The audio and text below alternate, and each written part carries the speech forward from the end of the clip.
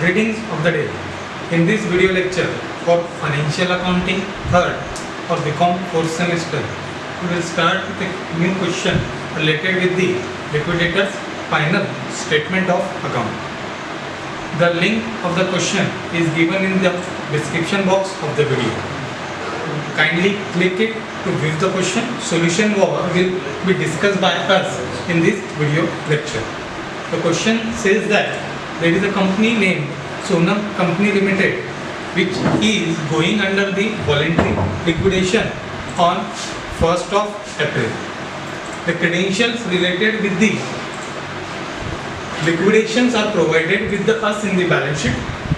Whatever the assets which the company hold and the liabilities are being provided into the balance sheet, and in the next portion after the balance sheet we are being provided with the list of all the assets which are realized by the liquidator at a value which may be different or which is different from the value which is written in the balance sheet, that is book value. Along with that, there is also details given about the remuneration to the liquidator. It is given 5% on the assets realized by liquidator and 1% of amount paid to unsecured creditors. This is what is the criteria for calculating the liquidator's remuneration in this particular question. We are being asked to prepare the liquidator's statement of accounts. So first of all we will go with the format which we have discussed here in the earlier videos. That would be cash receipts amount, cash payment and amount. For columnar format can be used, in which we can also take serial number as per our convenience. So in first of all cash receipts, what we have said, we have to first of all take cash or bank, whatever is given into the question. If either is given, then we have to take it. If both is given, then we have to take it both. So in this particular question we have been provided with the cash of rupees 20,000, which we have taken to cash 20,000. After that there would be the assets realized. What are the assets which are being realized by the liquidator is provided into the adjustment section of the question. So it has said that building which was valued for rupees 4,20,000 was realized for 8 lakh. Debtors which were valued for 1,30,000, 130 are realized for 1,14,000. It means that there is an depreciation or there is in bad debts of rupees 16,000, whereas with respect to building there was an appreciation by rupees 3,80,000. Then stock, book value of stock was 70,000 but it was realized for 50,000. Then machinery which was realized at 60,000 but its book value was of rupees 1 lakh. Then goodwills and patent which were having the book value of 70,000 but realized at rupees 76,000. Remember one thing, it can be possible that the assets realized might be different from the book value. That is what we are seeing in this particular problem. Once we make the total of these assets which were realized by liquidator, we will get an amount of rupees 11 lakh. Usually these are the heads on the cash receipt side of liquidator's final statement. First head would be cash, second might be bank, third might be two assets realized. Then we are done with the receipt side. Now we have to move to the payment side. In payment side, first of all we would take the payment of liquidation expenses which is provided into the adjustment section of rupees 4,000 liquidation expenses. Then would be by liquidator's remuneration. With respect to remuneration, we have been asked to calculate it by both the criteria, that is on asset realized as well as cash paid to unsecured creditors. With respect to assets realized, we have here in working notes written in detail how to calculate liquidator's remuneration for the criteria of on assets realized. The percentage was 5% and the total amount of assets realized is 11 lakh. Therefore 11 lakh into 5 divided by 100 would equals to 55,000. This is what is our first liquidators remuneration. Second was 1% of amount paid to unsecured creditors. So who are unsecured creditors? Those who do not enjoy any kind of security in the company with regard to their credit or their debt.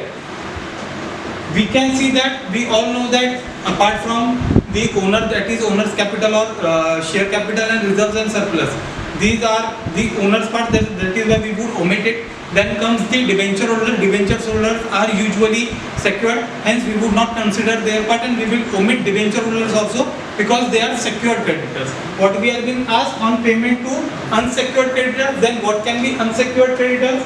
First would be bank overdraft, then trade debts, that is our creditors, then electricity, income tax, rates, and last one would be workman compensation.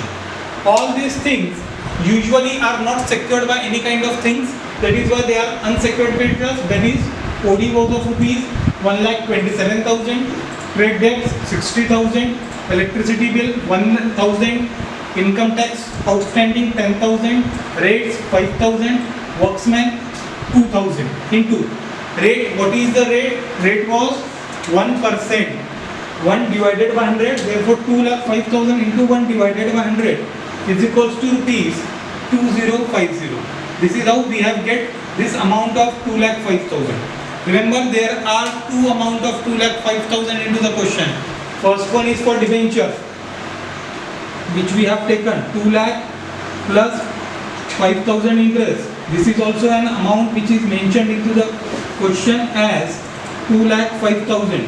But remember one thing, what the question says that we have to make calculation of remuneration on payment to unsecured creditors. Debentures are usually secured, hence we would not take this amount. We have to calculate this amount. Therefore 2050 is the amount of liquidation. Then what we have said when we were discussing about the pro forma, that first payment would be made to preferential creditors.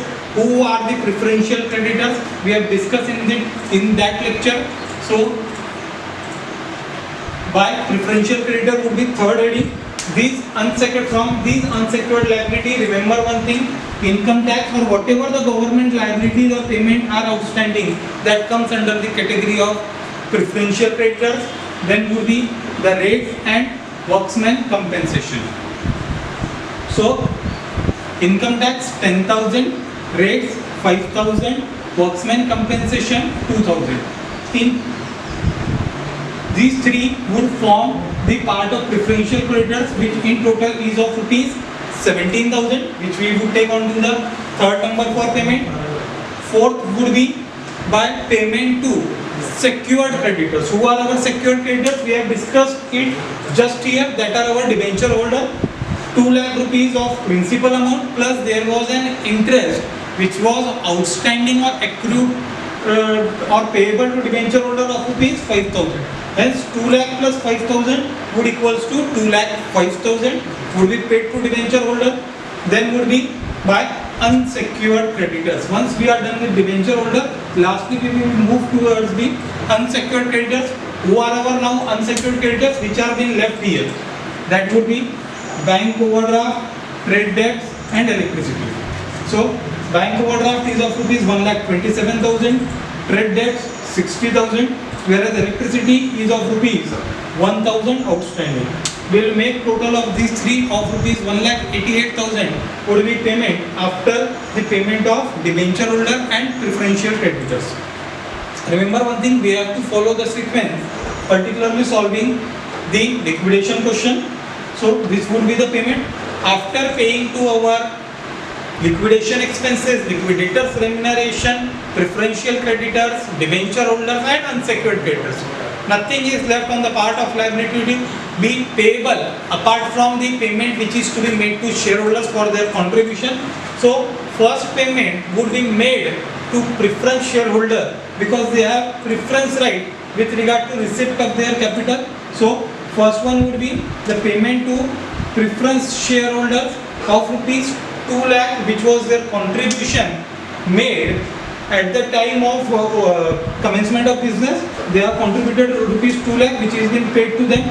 After that would be the equity shareholders, rupees 3 lakh, because we are having sufficient amount for repayment of capital, hence we have paid both in full. After the all creditors, 2 lakh for preference and 3 lakh for equity shareholders. What are our total receipts? Total receipts amounted to rupees 11,20,000. We have to do all these calculations roughly, out of which we have paid 4,000, we should deduct it 55,000, again minus 2050, again we have to deduct it 17,000, less 2,05,000, less 1,88,000, less 2 lakh and 3 lakh. After deducting all these from our receipt, we can see that we again have a surplus of rupees 1,48,950. This surplus can be used again for paying to the shareholders, because as the company has gone into the voluntary liquidation, there was no any other circumstances which has pulled them to go for liquidation, as they are going under the voluntary liquidation, hence there is a possibility of surplus. First. Second thing, once we get the surplus, there would definitely be criteria given into the question regarding to the distribution of surplus between the preference and equity shareholders.